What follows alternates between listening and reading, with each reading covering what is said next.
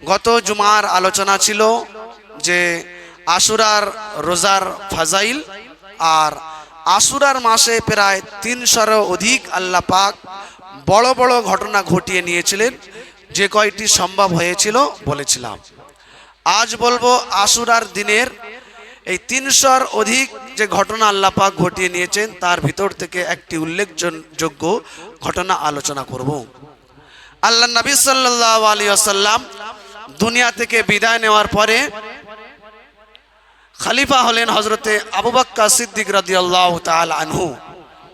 হযরতে আবু বকর সিদ্দিক রাদিয়াল্লাহু তাআলা আনহু তিনি যখন খলিফা হলেন প্রায় ২.৫ বছরের মতন তিনি খলিফার পদ পালন করেছিলেন। আবু বকর সিদ্দিক রাদিয়াল্লাহু তাআলা আনহুর উপযুক্ত ছেলে ছিল, নাম হলো আব্দুর রহমান বিন আবু বকর। তিনি খলিফা থাকাকালীন তিনি একবারও বললেন না যে আমার পরে গ্র্যান্ড প্রিন্স খলিফা হবে, আমির হবে আমার ছেলে, একথা বলেননি। তিনি বলেছেন আমার পরে যিনি খলিফা হবেন তিনি হলেন হযরতে ওমর ফারুক রাদিয়াল্লাহু তাআলা আনহু। প্রায় ঐতিহাসিকগণ বলছেন ১০ বছর থেকে নিয়ে ১২ বছরের মতো তিনি খলিফার পদ পালন করেছিলেন। হযরতে ওমর ফারুক রাদিয়াল্লাহু তাআলা আনহু তার উপযুক্ত ছেলে ছিল, নাম হলো আব্দুল্লাহ বিন ওমর। তিনি একবারও বললেন না যে আমি চলে যাবার পরে খলিফার পদ পালন করবে, গ্র্যান্ড প্রিন্স হবে আমার ছেলে আব্দুল্লাহ, একথা বলেননি। তিনি বলেছেন আমার পরে খলিফা হবেন হযরতে উসমান গনি রাদিয়াল্লাহু তাআলা আনহু। তিনি প্রায় ১২ বছরের মতন খলিফার পদ পালন করেছিলেন। হযরতে উসমান গনি রাদিয়াল্লাহু তাআলা আনহু যতদিন তিনি খলিফা ছিলেন একবারও বলেননি যে আমার বংশের ভিতর থেকে অমুকজন খলিফা থাকবেন। তিনি বলেছেন আমার পরের খলিফা হবেন হযরতে আলী রাদিয়াল্লাহু তাআলা আনহু। তিনি প্রায় ৪.৫ বছরের মতন খলিফার পদ পালন করেছিলেন। সব মিলিয়ে প্রায় ৩০ বছরের মতো এই ৪ সাহাবা মিলে খলিফার পদ পালন করেছিলেন। এই জন্য ৪ সাহাবাকে বলা হয় খোলাফায়ে রাশিদিন। কি বলা হয়? ৪ খলিফা। হযরতে আলী রাদিয়াল্লাহু তাআলা আনহু তিনি দুনিয়ার বুক থেকে চলে যাওয়ার পরে খলিফা কে হবেন? হযরতে মুয়াবিয়া রাদিয়াল্লাহু তাআলা আনহু। ইনি জলিল ও কদর সাহাবী ছিলেন, ওহী কাতিব ছিলেন। তার মানে আল্লাহর নবীর উপরে যে ওহীগুলো নাজিল হতো ইনি লিখতেন। নিশ্চয়ই বড় মাপের সাহাবী হলেই তবে চান্স পাবেন, ঠিক কিনা? উনি এই ৪ সাহাবাদের অনুসরণ না করে মিস্টেক করে ফেললেন। অবশ্যই হযরতে মুয়াবিয়া রাদিয়াল্লাহু তাআলা আনহু বড় মাপের সাহাবী, কোনো সন্দেহ নেই। জলিল কদর সাহাবী, কোনো সন্দেহ নেই। আমরা যতই নেকি করি না কেন হযরতে মুয়াবিয়া রাদিয়াল্লাহু তাআলা আনহুর একদিনের নেকির সমপরিমাণ আমাদের নেকি হবে না। কিন্তু মানুষ মাত্রই ভুল হতেই পারে। উনি মিস্টেক করে ফেললেন যে আমার পূর্বের যে ৪ জন সাহাবা ছিলেন যাদেরকে বলা হয় খোলাফায়ে রাশিদিন, তারা যে সুন্নাহকে অনুসরণ করেছেন ওই সুন্নাহর পথে আমাকে চলতে হবে। তিনি না চলে মিস্টেক করে ফেললেন। তিনি ৬০ হিজরিতে ইন্তেকাল করেছিলেন। ইন্তেকালের ১০ বছর পূর্বে তিনি ঘোষণা করে দিলেন আমার পরে খলিফা হবে আমার ছেলে ইয়াজিদ। আমার পরে খলিফা হবে কে? আমার ছেলে ইয়াজিদ। কয়েকজন সাহাবা বললেন হুজুর আপনি আপনার ছেলেকে খলিফা বানালেন, আপনার পূর্বে হযরতে আবু বকর, হযরতে ওমর, হযরতে উসমান, হযরতে আলী রাদিয়াল্লাহু তাআলা আনহুমদের ছেলেগুলো উপযুক্ত ছিল। ৪ জন সাহাবারা কেউ তার সন্তানদেরকে খলিফা করে যাননি। তো আপনি এখন আপনার সন্তানকে খলিফা আগ থেকে আপনি ১০ বছর আগ থেকে এলান করলেন। উনি তখন বললেন দেখো বড় মাপের সাহাবারা আর কেউ বেঁচে নেই, এখন খলিফা বানাতে গেলে সাহাবাদের সন্তানদের ভিতরে কাউকে না কাউকে খলিফা বানাতে হবে। আমি চিন্তা করলাম আমি যেহেতু সশরীরে বেঁচে আছি তো আমার ছেলে উপযুক্ত, এজন্য আমি হযরত ওমর, উসমান, হযরতে আলী, আবু বকর রাদিয়াল্লাহু তাআলা আনহুদের ছেলেদেরকে খলিফা না বানিয়ে আমার ছেলেকে খলিফা হিসাবে নিযুক্ত করলাম। উনি এই মিস্টেকটা করে ফেলেছিলেন।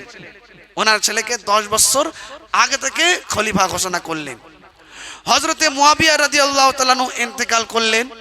60 হিজরিতে 61 হিজরিতে গদিতে বসলো ইয়াজিদ। 61 হিজরিতে গদিতে বসলো ইয়াজিদ। ইয়াজিদ গদিতে বসেই ইসলাম বিরোধী কাজ শুরু করে দিল। কি বিরোধী? ইসলাম বিরোধী। এই সময় অসংখ্য মানুষ বলছিলেন যে খলিফা আমিরুল মুমিনিন যদি কেউ হওয়ার যোগ্য রাখেন, 1 নম্বর সেটা হলো ইমাম হুসাইন, অর্থাৎ ইমাম হুসাইনকে করা হোক। কানাঘুষো চলছে। কি হচ্ছে? কানাঘুষো। যখন খলিফা হয়ে গেল হযরতে মুয়াবিয়া রাদিয়াল্লাহু তাআলা আনহুর ছেলে ইয়াজিদ, তো নিজেদের একটা আপোষের ভিতরে কানাঘুষো হচ্ছে যে ইমাম হুসাইন হলে ভালো হয়। তখন কুফা থেকে অগণিত চিঠি আসলো, হুজুর আপনি আমাদের কাছে আসেন, আমরা আপনাকে আশ্রয় দেব, আপনাকে খলিফা হিসাবে নিযুক্ত করব। তাহলে আমরা বিষয়টা বুঝতে পেরেছি না পারিনি?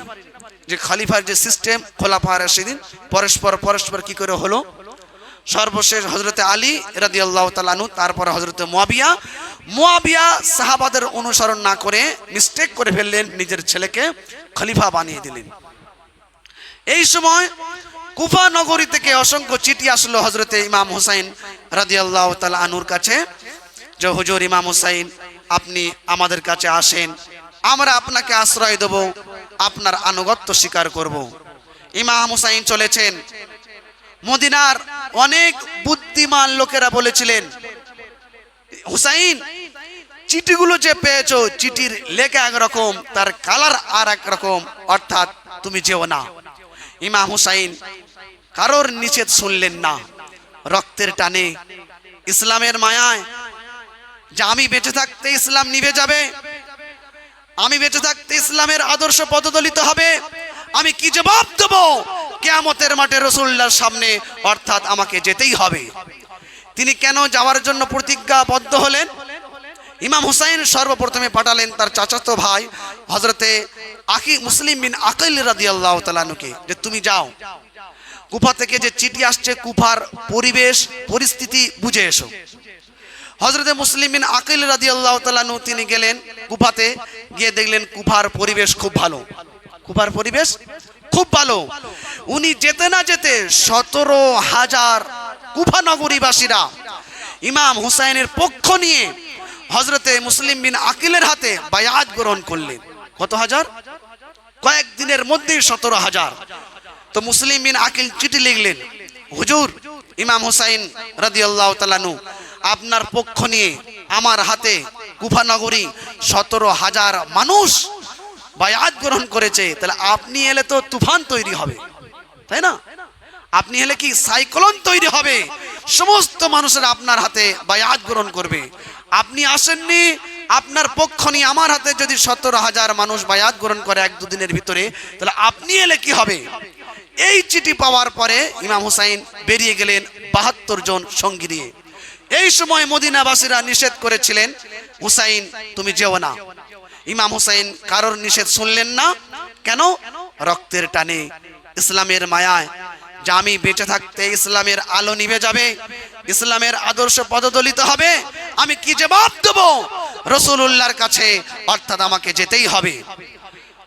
72 জন মানুষকে নিয়ে তিনি বেরিয়ে পড়লেন। কয়েকদিন সফর করার পরে কারবালা পর্যন্ত পৌঁছানোর পরে, কারবালা মানে ওই জায়গাটা কোনো কারবালা বলে কোনো জায়গা নয়, কুফা এবং মদিনার বর্ডার এলাকা।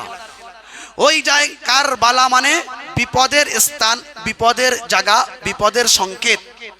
ওখানে একটা বিপদ ঘটেছিল, এই জন্য পরবর্তীতে আমাদের ওলামারা নাম দিলেন কারবালা। যাই হোক, আপনারা কারবালা হিসাবে চেনেন, কারবালা হিসাবে জানেন, তাই আমি কারবালাই বলছি। ইমাম হুসাইন রাদিয়াল্লাহু তাআলা আনহু তিনি যখন কারবালা প্রান্তে পৌঁছালেন, কুফার যিনি গভর্নর ছিল ইবনে জিয়াদ, তার সৈন্যরা বাধার সৃষ্টি করলো। ইমাম হুসাইনকে বলল, তোমাকে যেতে দেওয়া হবে না, তোমাকে ইবনে জিয়াদের কাছে গিয়ে আত্মসমর্পণ করতে হবে। ইমাম হুসাইন বললেন, আমি ইবনে জিয়াদের সামনে গিয়ে আত্মসমর্পণ করব? আমার জীবন থাকতে কখনোই সম্ভবপর নয়, আমি যাব না। তিনি প্রতিবাদ করলেন। এই কথা পৌঁছে গেল দিমাশকে ইয়াজিদের কাছে। ইয়াজিদ 6,000 সৈন্য পাঠিয়ে দিল ইমাম হুসাইন রাদিয়াল্লাহু তাআলা আনহুকে গ্রেফতার করার জন্য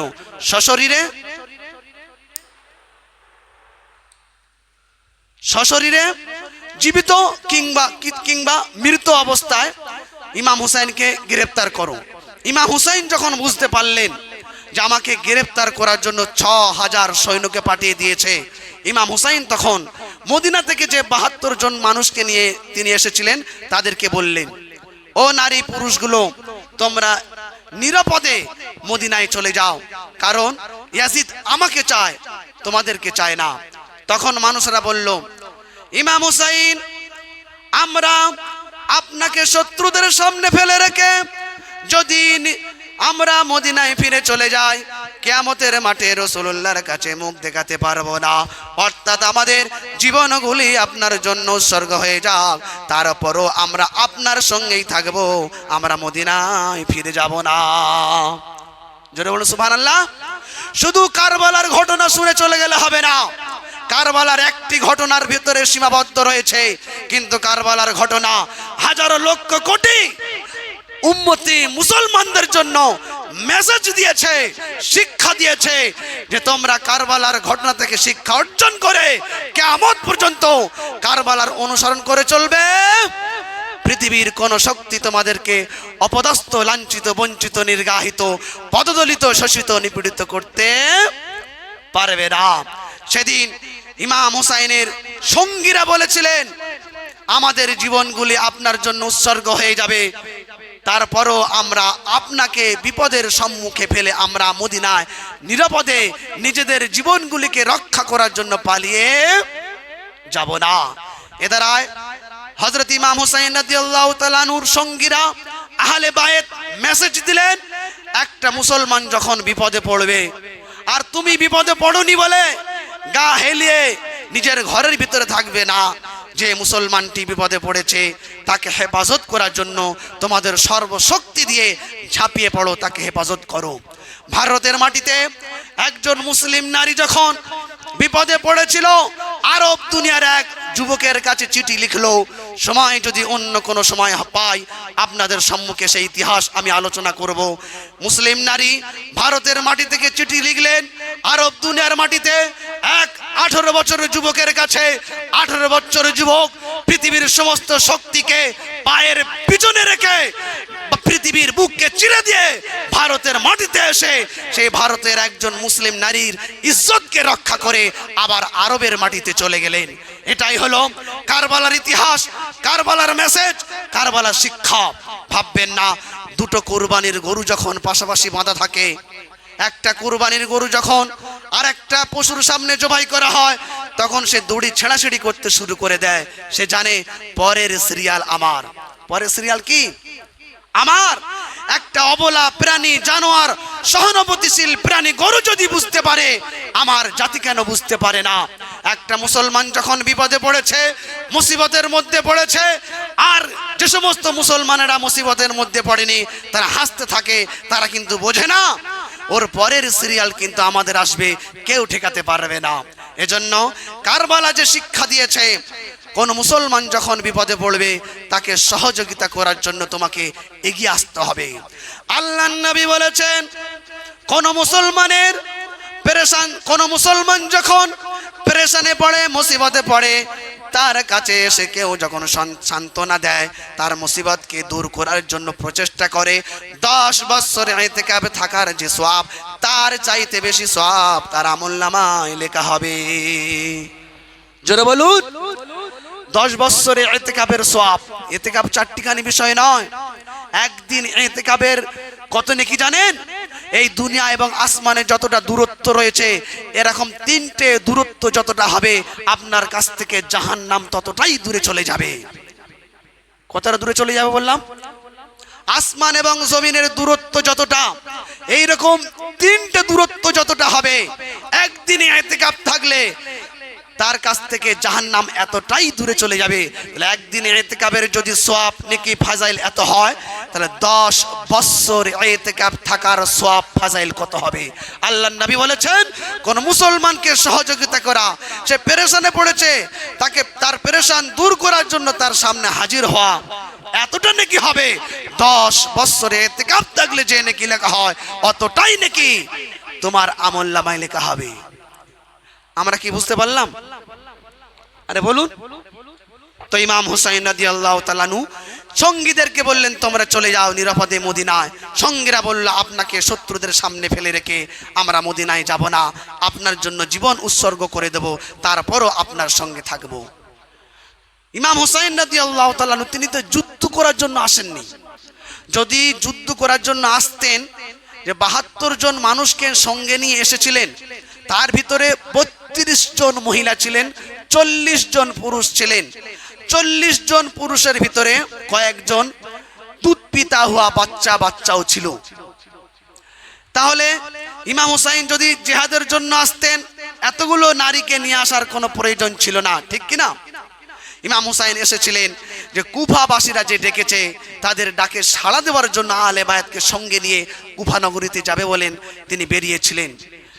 তো সকাল হতে না হতে 6000 সৈন্য ঘিরে ফেললো ইমাম হুসাইন আহলে বায়াতদেরকে। 6000 সৈন্য। আমি তো বলি এখানে যুদ্ধ করা লাগবে না। 6000 সৈন্য যারা এসেছে বেঈমানদের পক্ষ থেকে, তাদের সাথে যুদ্ধের অস্ত্র শস্ত্র রয়েছে। 6000 সৈন্য যদি হেঁটে যায়, তাদের পায়ের তলায় পিষ্ট হয়ে যাবে। এই 72 জন মানুষ যুদ্ধই করতে হবে না। আসলে ইমাম হুসাইন তো যুদ্ধ করার জন্য আসেননি। সকাল হতে না হতে যুদ্ধ শুরু হয়ে গেল। জোহরের ওয়াক্ত আসতে না আসতে, জোহরের ওয়াক্ত, এই যে জুমার ওয়াক্ত, জোহরের ওয়াক্ত আসতে না আসতে 40 জন পুরুষদের ভিতরে সকলেই শাহাদাত বরণ করেছেন, একমাত্র ইমাম হুসাইন আর আলী আসগার দুধ পিতা হওয়া বাচ্চা ছাড়া সবাই শহীদ হয়ে গেলেন। ইমাম হুসাইন রাদিয়াল্লাহু তাআলা আনহু তাঁবুর ভিতরে ঢুকলেন। খিমার ভিতরে ঢুকে স্ত্রীকে ডেকে বললেন, ওগো প্রাণীর স্ত্রী, ও মহিলারা, আলে বাহেতের মহিলারা, তোমাদের পুরুষগুলো সবাই শহীদ হয়ে গেছে, আমি যুদ্ধে গমন করছি, আমি তোমাদেরকে আল্লাহর হাওয়ালায় রেখে গেলাম, কেননা তোমরা সকলেই মহিলা, তোমরা সকলেই নারী।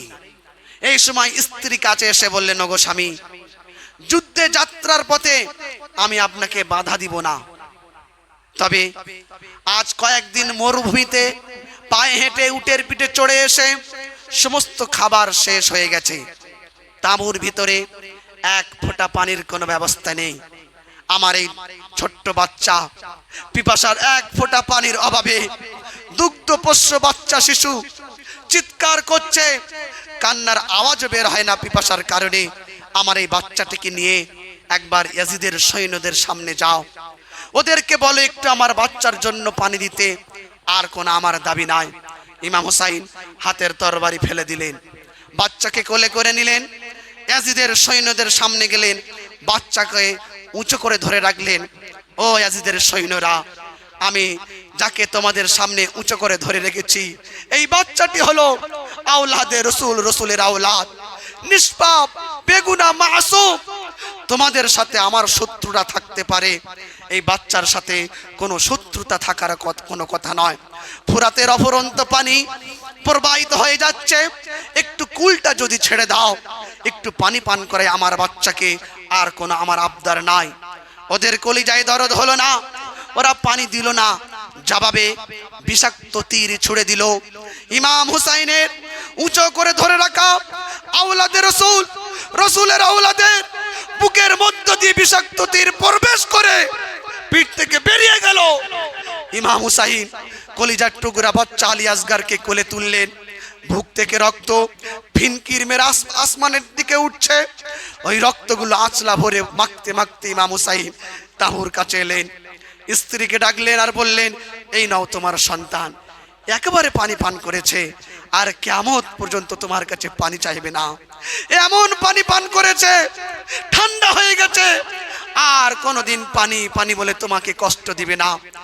এই বলে সন্তানকে স্ত্রীর কোলে তুলে দিয়ে ইমাম হুসাইন তরবারি হাতে তুলে নিয়ে জিহাদের ময়দানে ঝাঁপিয়ে পড়লেন। বহু সংখ্যক সৈন্যদেরকে নিধন করে, শত্রু সৈন্যকে নিধন করে, ফুরাতের অফুরন্ত কুলকে মুক্ত করে ফুরাতের কিনারায় দাঁড়িয়েছেন, এক আঁচলা পানি তুলেছেন পান করবেন বলে, আকণ্ঠ তৃষ্ণার্থ ক্ষুধার্ত বাপ হুসাইন আসলা ভরে পানি পান করবেন। এমন সময় মনে পড়ে গেল, আহারে এই পানির জন্য আমার কলিজার টুকরা বাচ্চা শহীদ হয়ে গেল, এই পানির জন্য আহলে বায়তের 40 জন পুরুষ শহীদ হয়ে গেল, এই পানি আমি কি করে পান করি? জাগার পানি জাগাতে ফেলে দিলেন। যে ঘোড়ায় চেপে এসেছিলেন, ঘোড়াকে ইমাম হুসাইন ইশারা করে বললে, এই ঘোড়া তুইও পানি পান করে নে, তোরও তো অনেকদিন পানি পান করা হয়নি।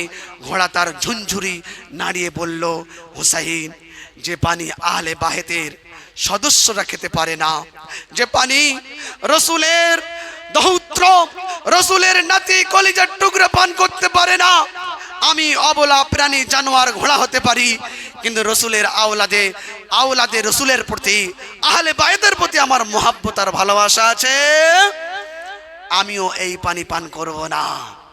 ইমাম হুসাইন রাদিয়াল্লাহু তাআলা আবার ঘোড়ার পিঠে আরোহণ করেছেন। ঘোড়া দৌড় দিয়েছে, শত্রুরা চতুর্দিক থেকে ঘিরে নিয়েছে।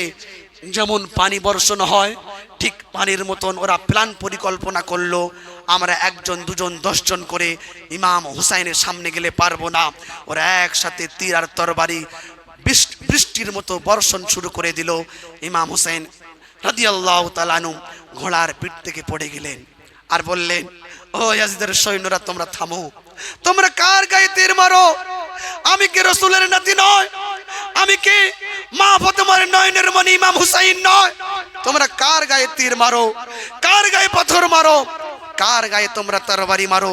ওদের কলিজায় আঘাত হলো না। ইমাম হুসাইন পড়ে গেলেন। সিমর দৌড়ে আসলো, ইমাম হুসাইনের বুকের উপরে চেপে বসলো। সানাব ইবনে মাফি, আহ কি কষ্টের ইতিহাস, কলঙ্কিত ইতিহাস। সানাব ইবনে মাফি একটা খঞ্জর নিয়ে আসলো। খঞ্জর নিয়ে এসে আমার নবীর কলিজার টুকরা, আমার বিশ্ব নবীর ঠোঁট মোবারক, আল্লাহর নবী বলছেন ইমাম হুসাইনের এমন কোন অঙ্গ বাকি ছিল না যে অঙ্গতে আমি রাসূলুল্লাহ আমার ঠোঁটে লাগিনি। সেই পবিত্র ঠোঁট মাখা শরীর বডিতে সানাম এমনি মাপি খঞ্জর যখন গোলার উপরে ফেলে আর পেঁচাচ্ছিল, বারবার চালাচ্ছিল, যখন দেহ থেকে মাথা আলাদা হয়ে গেল আমার সোনার ভাইয়েরা, তারপরে ইমাম হুসাইনের বডিটাকে নিয়ে ঘোড়ার পায়ের সঙ্গে বেঁধে দেয়া হলো, ঘোড়াকে ছুটিয়ে দেয়া হলো। ইমাম হুসাইনের বডিটা ছিন্ন বিচ্ছিন্ন হয়ে গেল। ইমাম হুসাইনের বডিকে কবর দেয়া হলো না, শেষে তার সার মুবারক, মাথা মুবারকটা শুধু কবর দেয়া হলো। 11ই মুহররম উম্মুল মুমিনিন আমাদের মা হযরতে সালমা রাদিয়াল্লাহু তাআলা আনহা ফজরের পর নিজের ঘরের বারান্দায় বসে কাঁদছেন। একজন মহিলা জিজ্ঞাসা করলেন, ও মা, তুমি কাঁদছো কেন? হযরতে সালমা বললেন, আজই রাত্রে আমার বাড়িতে আমার রাসূলুল্লাহ এসেছিলেন, আমি দেখলাম রাসূলের দাড়িতে ধুলাবালি মাখা, চোখ থেকে দরদর করে পানি পড়তেছে, রাসূলের মুখটা মলিন হয়ে গেছে। আমি জিজ্ঞাসা করলাম, ইয়া রাসূলুল্লাহ, আপনার চোখ থেকে পানি পড়তেছে কেন? আপনার দাড়িতে ধুলাবালি মাখা কেন? আল্লাহর নবী বললেন, সালমা, তুমি জানো না, আমি এখনই কারবালার মাঠ দিয়ে আমি আসলাম, আমি দেখে আসলাম ওরা আমার কলিজার টুকরা মা ফাতেমার নয়নের মণি ইমাম হুসাইনের দেহ থেকে মাথাকে আলাদা করে দিয়েছে। আমার সোনার ভাইয়েরা, তারপরে ইয়াজিদের সামনে যখন ওই মাথাটাকে নিয়ে যাওয়া হলো, ইয়াজিদ একটা লাঠি নিয়ে মাথাটাকে নাড়াচড়া করছিল। একজন মুসলমান তখন বলল, ইয়াজিদ, তুমি যে লাঠি নিয়ে ইমাম হুসাইনের ঠোঁটটাকে নাড়াচাড়া করছো, আমি দেখেছি এই ঠোঁটে আল্লাহ রাসূল কতবার চুমো খেয়েছেন, কতবার বুকে জড়িয়ে ধরেছেন। আমার সোনার ভাইয়েরা, ঘটনা তো আরো লম্বা চওড়া অনেক, বলার আমার কাছে সুযোগ নেই, পরে সুযোগ থাকলে বলবো। ইমাম হুসাইন যে শহীদ হলেন, আহলে বায়েত কোনো কম্প্রোমাইজ করলেন না, কোনো আতাত করলেন না, যে শিক্ষা দিলেন, যে মেসেজ দিলেন, ও উম্মতে মুসলমান, তোমাদের বিপদ যতই ধাওয়া করুক না কেন, তোমরা হকের পক্ষেই থাকবে, হক ছাড়া নাহাকে চুল পরিমাণ তোমরা যাবে না, হক ছাড়া চুল পরিমাণ যাবে না। আজ মুসলমানের ভিতরে হক নাই, হক নাই, হকের বাম্মা মারা গেছে, হক জানেই না, হক জানেই না। আজ আমাদের সকলকে চিন্তা ফিকির করতে হবে যে এই মুহররম মাস, তার ফাজাইল, তার বারাকা কত জুম্মায় বলেছি। আজ বললাম মুহররমের কারবালার আংশিক কিছু ঘটনা, যে ইমাম হুসাইন রাদিয়াল্লাহু তাআলা একবারও আতাত করলেন না। ইমাম হুসাইন যদি বলতেন ঠিক আছে আমি ইয়াজিদের হাতে বায়াত গ্রহণ করছি আল্লাহর কসম, ইমাম হুসাইনের বড় পদ দিত ইয়াজিদ, কিন্তু ইমাম হুসাইন ইয়াজিদের হাতে বায়াত গ্রহণ করলেন না। কেন? ইয়াজিদ ছিল ইসলাম বিরোধী, শরিয়ত বিরোধী, সে শরাব পানকারী, সে ছিল জিনাকারী।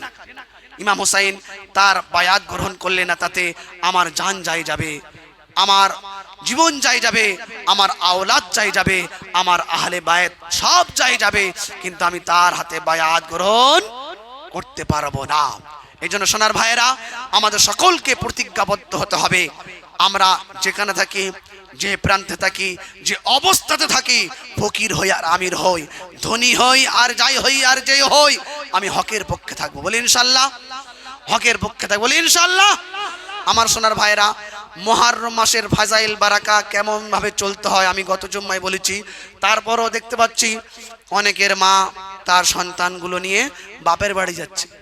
আমার কাছে 20-25টা আমার ছাত্রছাত্রীরা ছুটি চাচ্ছে। কেন? নানির বাড়ি যাব, কি মুহররম খেলা হবে। আরে এই মুহররম খেলা গুনাহ রে, যাসনি? বলে আমি কি করবো, বাচ্চা ছেলে মেনে নিচ্ছে। বলে কি করবো, মা যাবে, আব্বা যাবে, ভাই যাবে, ভাবি যাবে, চিন্তা করছে, সব বেরিয়ে গেছে।